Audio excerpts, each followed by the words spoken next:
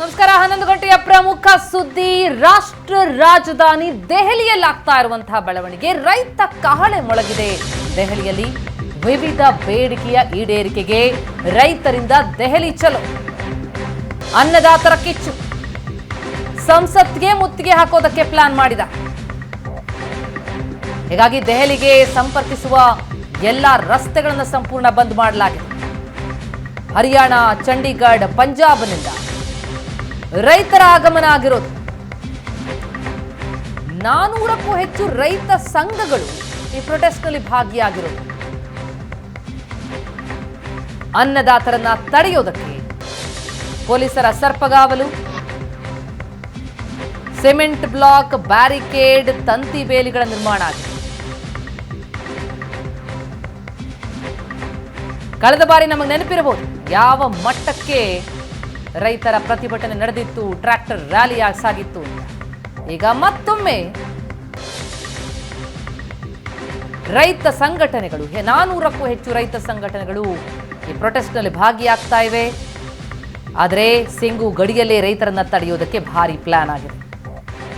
ಗಾಜಿಯಾಬಾದ್ ಸಿಕ್ರಿ ಬಾರ್ಡರ್ನಲ್ಲಿ ಭಾರಿ ಭದ್ರತೆ. ದೆಹಲಿಗೆ ಸಂಪರ್ಕಿಸುವಂತಹ ಎಲ್ಲ ರಸ್ತೆಗಳನ್ನು ಸಂಪೂರ್ಣ ಬಂದ್ ಮಾಡಲಾಗಿದೆ. ರೈತರು, ಕಾರ್ಮಿಕರ ಸಂಪೂರ್ಣ ಸಾಲ ಮನ್ನಾ ಆಗಬೇಕು ಅನ್ನುವಂತಹ ಆಗ್ರಹದೊಂದಿಗೆ ಭೂಸ್ವಾಧೀನ ಕಾಯ್ದೆ 2013ರ ಅನುಷ್ಠಾನಕ್ಕೆ ಒತ್ತಾಯ ಮಾಡಿ ಈ ಪ್ರತಿಭಟನೆಯನ್ನು ನಡೆಸ್ತಾ ಇರುವಂಥದ್ದು.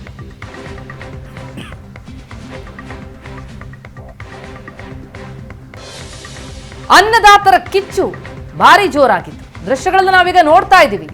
ಅವರನ್ನ ತಡೆಯೋದಕ್ಕೆ ಸಿಮೆಂಟ್ ಬ್ಲಾಕ್ಗಳು, ಬ್ಯಾರಿಕೇಡ್ಗಳು, ಹಲವು ಕಡೆ ತಂತಿ ಬೇಲಿಗಳ ನಿರ್ಮಾಣ ಆಗಿದೆ. ಕಳೆದ ಬಾರಿ ಬ್ಯಾರಿಕೇಡ್ಗಳನ್ನೆಲ್ಲ ತಳ್ಳಿ ಟ್ರ್ಯಾಕ್ಟರ್ಗಳು ನುಗ್ಗಿದ್ವು. ಭಾರಿ ದೊಡ್ಡ ಮಟ್ಟದಲ್ಲಿ ಪೊಲೀಸರ ಸರ್ಪಗಾವಲು. ಈ ರೀತಿ ಸಕಲ ಸಿದ್ಧತೆಯನ್ನ ಮಾಡಿಕೊಳ್ಳಲಾಗಿದೆ. ಸಿಂಗು ಗಡಿಯಲ್ಲೇ ರೈತರನ್ನ ತಡೆಯೋದಕ್ಕಾಗಿ ಭಾರಿ ಪ್ಲಾನ್ ಆಗಿರೋದು. ಪ್ರಮುಖವಾಗಿ ರೈತರ ಬೇಡಿಕೆ ಇರೋದು ರೈತರು, ಕಾರ್ಮಿಕರ ಸಂಪೂರ್ಣ ಸಾಲ ಮನ್ನಾ ಆಗಬೇಕು. ತಂತಿ ಬೇಲಿಗಳ ನಿರ್ಮಾಣ ಆಗಿದೆ, ಬ್ಯಾರಿಕೇಡ್ಗಳನ್ನು ಹಾಕಲಾಗಿದೆ, ಸಿಮೆಂಟ್ ಬ್ಲಾಕ್ಗಳನ್ನು ಹಾಕಿದ್ದಾರೆ. ಈ ಮೂಲಕ ಸಿಂಗು ಗಡಿಯಲ್ಲೇ ರೈತರನ್ನ ತಡೆಯೋದಕ್ಕೆ ಭಾರಿ ಪ್ಲಾನ್ ಆಗಿದೆ. ದೆಹಲಿ ಸಂಪರ್ಕಿಸುವಂತಹ ಎಲ್ಲ ರಸ್ತೆಗಳನ್ನು ಸಂಪೂರ್ಣ ಬಂದ್ ಮಾಡಲಾಗಿದೆ. ನೋಡ್ತಾ ಇದ್ದೀವಿ ಸಿಮೆಂಟ್ ಬ್ಲಾಕ್ಗಳನ್ನ, ಬ್ಯಾರಿಕೇಡ್ಗಳನ್ನ, ತಂತಿ ಬೇಲಿಯನ್ನ, ದೊಡ್ಡ ದೊಡ್ಡ ಈ ರೀತಿಯ ಸಿಮೆಂಟ್ ಬ್ಲಾಕ್ಗಳನ್ನು ತರಲಾಗಿದೆ.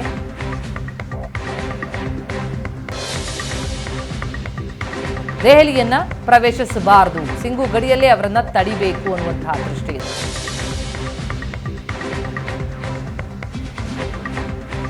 ಈ ಹಿಂದೆ ದೆಹಲಿಯಲ್ಲಿ ಬಹಳ ದೊಡ್ಡ ಮಟ್ಟದಲ್ಲಿ ಟ್ರ್ಯಾಕ್ಟರ್ ರ್ಯಾಲಿಯನ್ನು ನಡೆಸಿದ್ರು.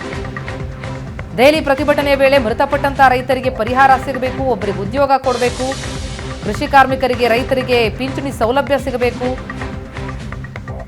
ಭೂಮಿ ಸ್ವಾಧೀನಕ್ಕೆ ರೈತರಿಂದ ಲಿಖಿತ ಒಪ್ಪಿಗೆ ಪಡೆದು 2013ರ ಅನುಷ್ಠಾನಕ್ಕೆ, ಭೂಸ್ವಾಧೀನ ಕಾಯ್ದೆ 2013ರ ಅನುಷ್ಠಾನಕ್ಕೆ ಕೂಡ ರೈತರು ಒತ್ತಾಯಿಸ್ತಾ ಇದ್ದಾರೆ. ಈಗಾಗಲೇ ಹೊರಟಿದ್ದಾರೆ. ಹರಿಯಾಣ, ಚಂಡೀಗಢ, ಪಂಜಾಬ್ನಿಂದ ರೈತರ ಆಗಮನವಾಗ್ತಾ ಇದೆ.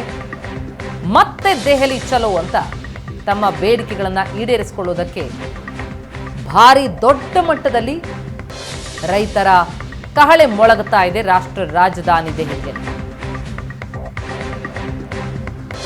ಅನ್ನದಾತರ ಕಿಚ್ಚು ಬಹಳ ಜೋರಾಗಿದೆ. ಮಣ್ಣಿನ ಮಕ್ಕಳ ರಣ ಕಹಳೆ ರಾಷ್ಟ್ರ ರಾಜಧಾನಿಯಲ್ಲಿ.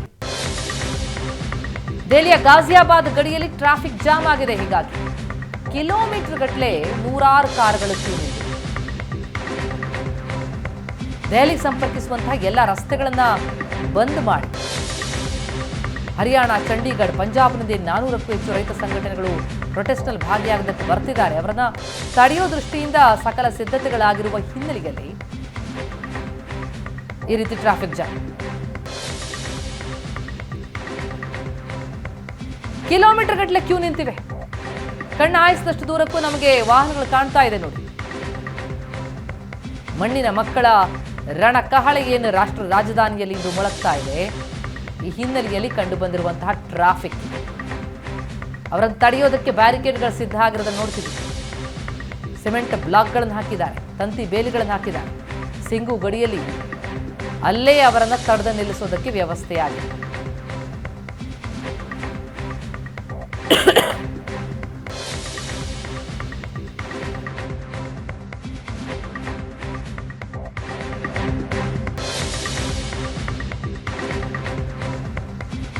ರೈತರ ತಡೆಗೆ ತಂತಿ ಬೇಲಿಯನ್ನ ಈ ರೀತಿಯಲ್ಲಿ ನಿರ್ಮಾಣ ಮಾಡಿದ್ದಾರೆ. ಸಿಮೆಂಟ್ ಬ್ಲಾಕ್ಗಳನ್ನು ನೋಡ್ತಾ ಇದ್ದೀವಿ, ಬ್ಯಾರಿಕೇಡ್ಗಳನ್ನು ನೋಡ್ತಾ ಇದ್ದೀವಿ. ಯಾವುದೂ ತಡೆದಿರಲಿಲ್ಲ. ಕಳೆದ ಬಾರಿ ಟ್ರ್ಯಾಕ್ಟರ್ಗಳು ನುಗ್ಗಿದ್ದು ಭಾರಿ ದೊಡ್ಡ ಮಟ್ಟದಲ್ಲಿ ದಂಗೆ ಆಗಿತ್ತು. ಈಗ ಮತ್ತೊಮ್ಮೆ ರೈತರು ದೆಹಲಿಯತ್ತ ಧಾವಿಸ್ತಾ ಇದ್ದಾರೆ. ಈ ಬಗ್ಗೆ ಇನ್ನಷ್ಟು ಡೀಟೇಲ್ಸ್ ಕೊಡ್ತಾರೆ ನಮ್ಮ ದೆಹಲಿ ಪ್ರತಿನಿಧಿ ಡೆಲ್ಲಿ ಮಂಜು ಈಗ ಸಂಪರ್ಕದಲ್ಲಿದ್ದಾರೆ. ಮಂಜು, ಮತ್ತೊಮ್ಮೆ ರೈತರ ರಣಕಹಳೆ ಬಹಳ ದೊಡ್ಡ ಮಟ್ಟದಲ್ಲಿ ಆಗುವಂತ ಲಕ್ಷಣಗಳು ಕಂಡು ಬರ್ತಾ ಇದೆ. ಹೇಗಿದೆ ದೆಹಲಿ? ಅವರನ್ನು ತಡೆಯುವಂತ ಸಿದ್ಧತೆಗಳು ಯಾವ ರೀತಿಯಲ್ಲಿ ನಡೀತಾ ಇದೆ? ಎಷ್ಟು ಹೊತ್ತಿಗೆ ರೈತರ ಬಹಳ ದೊಡ್ಡ ಗುಂಪು ಇತ್ತ ಧಾವಿಸಬಹುದು ಅಂತ ಸೂಚನೆಗಳೇನಿದೆ? ಪ್ರತಿಮಾ, ಕಳೆದ ಬಾರಿ ಮೋದಿ ಸರ್ಕಾರ ನೀಡಿರುವಂತಹ ಒಂದು ಆಶ್ವಾಸನೆ, ಭರವಸೆಗಳನ್ನ ಈಡೇರಿಸಿಲ್ಲ ಅನ್ನುವಂತಹ ಒಂದು ಆರೋಪವನ್ನ ಮಾಡ್ತಾ ಇರುವಂತಹ ರೈತ ಸಂಘಟನೆಗಳು ಇವತ್ತು ದೊಡ್ಡ ಮಟ್ಟದಲ್ಲಿ ಕರೆ ಕೊಟ್ಟಿರುವಂತದ್ದು ಪ್ರತಿಭಟನೆಗೆ. ಅದರಲ್ಲೂ ಪ್ರಮುಖವಾಗಿ ಪಂಜಾಬ್, ಹರಿಯಾಣ, ಉತ್ತರ ಪ್ರದೇಶ್ ಇನ್ಕ್ಲೂಡಿಂಗ್ ಕರ್ನಾಟಕ, ದೆಹಲಿ ಈ ಎಲ್ಲಾ ಭಾಗಗಳಿಂದ ದೊಡ್ಡ ಮಟ್ಟದಲ್ಲಿ ಪ್ರತಿಭಟನೆ ಮಾಡಬೇಕು ಅನ್ನುವಂತಹ ಸಿದ್ಧತೆಯನ್ನ ಈಗ ಆಲ್ರೆಡಿ ಮಾಡಿಕೊಂಡಿದ್ದಾರೆ. ಅದರ ಭಾಗವಾಗಿ ನಾವು ಹರಿಯಾಣ ಮತ್ತೆ ದೆಹಲಿಯನ್ನ ಪ್ರತ್ಯೇಕಿಸುವಂತಹ ಒಂದು ಸಿಂಗು ಗಡಿಯಲ್ಲಿ ಇದ್ದೇವೆ. ಅಂದ್ರೆ ಈ ಗಡಿಯ ಮೂಲಕವೇ ಅವರು ಹಾದು ಒಳಗಡೆ ಹೋಗಬೇಕು ದೆಹಲಿಗೆ. ಆ ಒಂದು ಪ್ರಮುಖ ಸ್ಥಳದಲ್ಲಿ ನಾವಿದ್ದೇವೆ. ಅದರ ಜೊತೆಯಾಗಿ ಪ್ರಮುಖವಾಗಿ ಈ ವಿಷಯ ಏನು ಅಂತ ಅಂದ್ರೆ ಈ ವಿಚಾರ ಅಂದ್ರೆ ರೈತರಿಂದ ಇಂಥದ್ದೊಂದು ಪ್ರತಿಭಟನೆಯ ಕರೆ ಕೊಟ್ಟ ಕೂಡಲೇ ಕೇಂದ್ರ ಸರ್ಕಾರ ಮತ್ತೆ ರಾಜ್ಯ ಸರ್ಕಾರಗಳು ಎಲ್ಲವೂ ಕೂಡ ಅಲರ್ಟ್ ಆಗಿರುವಂತದ್ದು. ಈ ಹಿನ್ನೆಲೆಯಲ್ಲಿ ನಿನ್ನೆಯಿಂದಲೂ ಕೂಡ ವಿವಿಧ ಕಡೆ ಎಲ್ಲೆಲ್ಲಿ ರೈತರು ಬರಬಹುದೋ ಆ ಎಲ್ಲ ಮಾರ್ಗಗಳನ್ನು ಕೂಡ ಬಂದ್ ಮಾಡುವಂತಹ ಕೆಲಸ ಆಗ್ತಾ ಇದೆ. ಎಲ್ಲಿ ಪ್ರತಿಭಟನಾಕಾರರು ನುಗ್ಗಬಹುದು ಅನ್ನುವಂತ ನಿಟ್ಟಿನಲ್ಲಿ ಸಾಕಷ್ಟು ರೀತಿಯಲ್ಲಿ ವ್ಯವಸ್ಥೆಗಳನ್ನ ಮಾಡಿಕೊಂಡಿರುವಂತದ್ದು. ಅದರ ಭಾಗವಾಗಿ ಇಲ್ಲಿ ನಾವು ನೋಡಬಹುದು ಏನು ಕೇಂದ್ರದ ಅರಸೇನಾ ತುಕಡಿಗಳನ್ನ ನಿಯೋಜನೆ ಮಾಡುವುದರ ಜೊತೆಗೆ ಸಿಮೆಂಟ್ ಬ್ಲಾಕ್ಸ್, ದೊಡ್ಡ ದೊಡ್ಡ ಸಿಮೆಂಟ್ ಬ್ಲಾಕ್ಸ್ ಅನ್ನ ಹಾಕಿರುವಂತದ್ದು. ಅದರ ಜೊತೆಯಲ್ಲಿ ಒಂದು ಏನು ತಂತಿ ಬೇಲಿಗಳನ್ನ ನಿರ್ಮಾಣ ಮಾಡಿಕೊಂಡಿರುವಂತದ್ದು. ಕಾರಣ ಇಷ್ಟೇ, ಇಲ್ಲಿನ ಪ್ರತಿಭಟನಾಕಾರರು ಕೇವಲ ಬ್ಯಾರಿಕೇಡಿಂಗ್ ನಿಂದ ಮಾತ್ರ ಅಂದ್ರೆ ಹೋಗ್ತಾರೆ ಅನ್ನುವಂಥದ್ದಿಲ್ಲ. ಯಾಕಂದ್ರೆ ಅವರು ದೊಡ್ಡ ಮಟ್ಟದಲ್ಲಿ ಟ್ರಾಕ್ಟರ್ಗಳು ಸದ್ದು ಮಾಡ್ತವೆ ಅವರ ಪ್ರತಿಭಟನೆಯಲ್ಲಿ, ರೈತರ ಪ್ರತಿಭಟನೆಯಲ್ಲಿ. ಹಾಗಾಗಿ ಆ ಟ್ರಾಕ್ಟರ್ಗಳನ್ನ ತಂದು ನೇರವಾಗಿ ನುಗ್ಗಿಸಿ, ಅಂದ್ರೆ ಗುದ್ದಿ ನುಗ್ಗಿಸಿ ಮುಂದುವರೆ ಹೋಗುವಂತಹ ಪ್ರತಿಭಟನಾಕಾರರು ಇರ್ತಾರೆ. ಹಾಗಾಗಿ ಇಂಥದ್ದೊಂದು ವ್ಯವಸ್ಥೆಯನ್ನ ಮಾಡ್ಕೊಂಡಿರೋದು. ಮತ್ತೆ ಅದೇ ರೀತಿ ಈ ಇಡೀ ರಸ್ತೆ ಈಗ ನಿನ್ನೆಯಿಂದಲೂ ಕೂಡ, ನಿನ್ನೆ 4 ಗಂಟೆಯಿಂದಲೂ ಕೂಡ ರಸ್ತೆಯನ್ನ ಅಲ್ಲಲ್ಲಿ ಬ್ಲಾಕ್ ಮಾಡಿರುವಂತದ್ದಿದೆ. ತಡೆದು ಪೊಲೀಸರು ವಿಚಾರಣೆಯನ್ನ ಮಾಡಿ ವಾಹನಗಳನ್ನ ಬಿಡುವಂತ ಕೆಲಸವೂ ಕೂಡ ಆಗ್ತಾ ಇದೆ. ಹಾಗಾಗಿ ಇನ್ನು ಕೆಲವೇ ಹೊತ್ತಿನಲ್ಲಿ ಬರಬಹುದು ಇಲ್ಲಿಗೆ ಪ್ರತಿಭಟನಾಕಾರರು ಅಂತ ಹೇಳಲಾಗ್ತಾ ಇದೆ. ಅದನ್ನ ನಿರೀಕ್ಷೆ ಮಾಡ್ತಾ ಇದ್ದೇವೆ. ನಿನ್ನೆ ನಡೆದಂತಹ ಒಂದು ಸಂಧಾನ ಸಭೆ ವಿಫಲ ಆಯಿತು. ಆ ಹಿನ್ನೆಲೆಯಲ್ಲಿ ಇವತ್ತು ಟ್ರ್ಯಾಕ್ಟರ್ ಪ್ರತಿಭಟನೆಗೆ ರ್ಯಾಲಿಗೆ ರೈತರು ಕರೆ ಕೊಟ್ಟಿರುವಂತದ್ದು. ಎಲ್ಲಾ ಕಡೆ ಉತ್ತರ ಪ್ರದೇಶ, ಚಂಡೀಗಢ, ಪಂಜಾಬ್, ಹರಿಯಾಣ ಈ ಎಲ್ಲ ಭಾಗಗಳಲ್ಲೂ ಕೂಡ ಪ್ರತಿಭಟನೆ ನಡೆಯುತ್ತೆ ಅನ್ನುವಂತ ಮಾಹಿತಿಗಳು ಲಭ್ಯ ಆಗ್ತಾ ಇದೆ. ಪ್ರತಿಮಾ, ಮಂಜುಲ್, ಕಳೆದ ಬಾರಿಗೆ ನಾವು ಪ್ರತಿಭಟನೆಯನ್ನ ನೆನಪಿಸಿಕೊಂಡ್ರೆ ಬಹಳ ದೊಡ್ಡ ಮಟ್ಟದಲ್ಲೇ ದಂಗೆಯಾಗಿತ್ತು. ಟ್ರ್ಯಾಕ್ಟರ್ಗಳನ್ನ ನುಗ್ಗಿಸಿದ್ರು. ಯಾವ ಬ್ಯಾರಿಕೇಡ್ಗಳು, ಯಾವ ಸಿಮೆಂಟ್ ಬ್ಲಾಕ್ಗಳು, ಯಾವ ತಂತಿ ಬೇಲಿಗಳು ಕೂಡ ಅವರನ್ನ ತಡೆದಿರಲಿಲ್ಲ. ಹಾಗಾಗಿ ಈ ಬಾರಿ ಏನ್ ಹೆಚ್ಚಿನ ಸಿದ್ಧತೆ ಆಗಿದ್ರೆ, ಯಾವ ರೀತಿಯಲ್ಲಿ ಹೆಚ್ಚಿನ ಪ್ರಿಕಾಷನ್ಸ್ ತೆಗೆದುಕೊಳ್ಳಲಾಗಿದೆ? ಕಳೆದ ಬಾರಿ ಅಂತ ಅಂದ್ರೆ ಅದು ಏಕಾಏಕಿ ಕೇವಲ ಅವತ್ತಿಗೆ ಅಂದ್ರೆ ಆ ರೈತರು ಈ ಮಟ್ಟಕ್ಕೆ ಬಂದು ವರ್ಷಾನುಗಟ್ಲೆ ರಸ್ತೆಯಲ್ಲಿ ಕೂರ್ತಾರೆ ಅನ್ನುವಂತ ಅಂದಾಜು ಅವತ್ತಿನ ಸರ್ಕಾರಕ್ಕೆ ಇರಲಿಲ್ಲ. ಆದರೂ ಕೂಡ ಅವರನ್ನ ಇಲ್ಲಿನ ಸಮೀಪದ ಬೂರಾ ಅನ್ನುವಂತ ಪ್ರದೇಶದಲ್ಲಿ ದೊಡ್ಡ ಮೈದಾನ ಇದೆ, ಅಲ್ಲಿ ಬಂದು ಪ್ರತಿಭಟನೆ ಮಾಡಿ ನಾವು ಕೂಡ ನಿಮಗೆ ಪ್ರತಿಭಟನೆ ಮಾಡ್ಲಿಕ್ಕೆ ಯಾವುದೇ ರೀತಿ ತೊಂದರೆ ಮಾಡಲ್ಲ ಅನ್ನುವಂಥದ್ದನ್ನೆಲ್ಲವನ್ನು ಕೂಡ ಹೇಳಿದ್ರು. ಆದ್ರೆ ರೈತರು ಅವತ್ತು ಕೇಳಲಿಲ್ಲ. ಈ 3 ಕರಾಳ ಕಾನೂನುಗಳನ್ನ ವಾಪಸ್ ಪಡೆಯೋ ತನಕ ನಾವು ಇಲ್ಲಿಂದ ಎದ್ದೇಳಲ್ಲ ಅನ್ನುವಂಥದ್ದನ್ನ ಶುರು ಮಾಡಿದ್ರು. ಸೊ ಆ ಹಿನ್ನೆಲೆಯಲ್ಲಿ ಅದು ಕೇವಲ ಒಂದಿನ 2 ದಿನ ಆಗಿ ವರ್ಷಾನುಗಟ್ಲೆ ನಡೆದಿದ್ದು, ನೂರಾರು ಮಂದಿ ಸತ್ತಿದ್ದು ಎಲ್ಲವನ್ನು ಕೂಡ ನಾವು ನೋಡಿದ್ದೇವೆ. ಚಳಿ, ಬಿಸಿಲು ಎಲ್ಲವನ್ನು ಕೂಡ ರೈತರು ಇದೇ ರಸ್ತೆಯಲ್ಲಿ, ಇದೇ ಜಾಗದಲ್ಲಿ ನಾವು ಇವಾಗ ಏನ್ ನಿಂತಿದ್ದೀವಿ, ಇವತ್ತು ಆ ಫ್ಲೈಓವರ್ ಕಾಣಿಸ್ತಾ ಇದೆ. ಇದನ್ನ ಹೊರತಾಗಿ ನಾವು ಹಿಂದಿನ ವರ್ಷದ ವಿಜುವಲ್ ಅನ್ನ ತೆಗೆದು ನೋಡಿದ್ರೆ ಇಲ್ಲಿ ಯಾವುದೂ ಕೂಡ ಇರಲಿಲ್ಲ, ಫ್ಲೈಓವರ್ ಕೂಡ ಇರಲಿಲ್ಲ. ಈ ಇಡೀ ರಸ್ತೆ ರೈತರಿಂದ ಆಕ್ಯುಪೈ ಮಾಡಲಾಗಿತ್ತು. ಅವರ ಪ್ರತಿಭಟನೆ ಮತ್ತೆ ಧಿಕ್ಕಾರದ ಘೋಷಣೆಗಳು ಇದೇ ರಸ್ತೆಯಲ್ಲಿ ಈ ಹಿಂದೆ ನಡೆದಂತ ಪ್ರತಿಭಟನೆಯಲ್ಲಿ ಕೇಳಿ ಬರ್ತಾ ಇದ್ವು. ಇವತ್ತು ಇನ್ನು ಯಾವುದೇ ಕ್ಷಣದಲ್ಲಿ ಬರಬಹುದು ಅಂತ ಹೇಳಲಾಗ್ತಾ ಇದೆ. ಅದಕ್ಕೋಸ್ಕರ ಈ ಬಾರಿ ಸಕಲ ಸಿದ್ಧತೆಗಳನ್ನ ಕೂಡ ಮಾಡಿಕೊಂಡಿಲಾಗಿದೆ. ಒಂದು ಮೊದಲನೇ ಹಂತದಲ್ಲಿ ಸಿಮೆಂಟ್ ಬ್ಲಾಕ್ಸ್ ಏನಿರ್ತವೆ ಅವು ಬೇರೆ ಬೇರೆ ಕಡೆ ಇದ್ದಂತನ್ನೆಲ್ಲವನ್ನ ಕೂಡ ತಂದು ರಸ್ತೆಗೆ ಅಡ್ಡಲಾಗಿ ಹಾಕಿರುವಂತದ್ದು.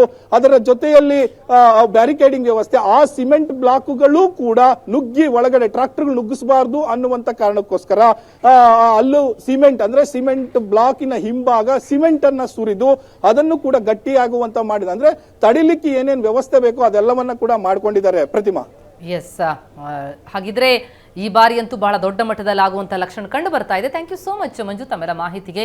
400ಕ್ಕೂ ಹೆಚ್ಚು ರೈತ ಸಂಘಟನೆಗಳು ಈಗ ದೆಹಲಿಯತ್ತ ಧಾವಿಸ್ತಾ ಇರುವಂತದ್ದು, ಅವರನ್ನ ತಡೆಯುವಂತಹ ದೃಷ್ಟಿಯಿಂದ ಆಗಿರುವ ಸಿದ್ಧತೆಗಳನ್ನ ಕೂಡ ನಾವು ದೃಶ್ಯಗಳನ್ನು ನೋಡ್ತಾ ಇದ್ದೀವಿ. ವಿವಿಧ ಬೇಡಿಕೆಯನ್ನು ಈಡೇರಿಸುವಂತೆ ಆಗ್ರಹಿಸಿ ಇಷ್ಟು ದೊಡ್ಡ ಮಟ್ಟದಲ್ಲಿ ರೈತರ ದಂಗೆ ಇಂದು ನಡೆಯಲಿದೆ. ಅವರನ್ನ ತಡೆಯೋದಕ್ಕೆ ಸಿಮೆಂಟ್ ಬ್ಲಾಕ್ಗಳು, ತಂತಿ ಬೇಲಿಗಳು, ಬ್ಯಾರಿಕೇಡ್ಗಳು ಎಲ್ಲವೂ ಕೂಡ ಸಿದ್ಧ ಆಗಿದೆ. ಈ ಬಾರಿ ಭಾರಿ ಸಿದ್ಧತೆಗಳನ್ನು ಮಾಡಿಕೊಳ್ಳಲಾಗಿದೆ. ಗಾಜಿಯಾಬಾದ್ ಸಿಕ್ರಿ ವಾರ್ಡ್ನಲ್ಲೂ ಕೂಡ ಭದ್ರತೆ ಒದಗಿಸಲಾಗಿದೆ.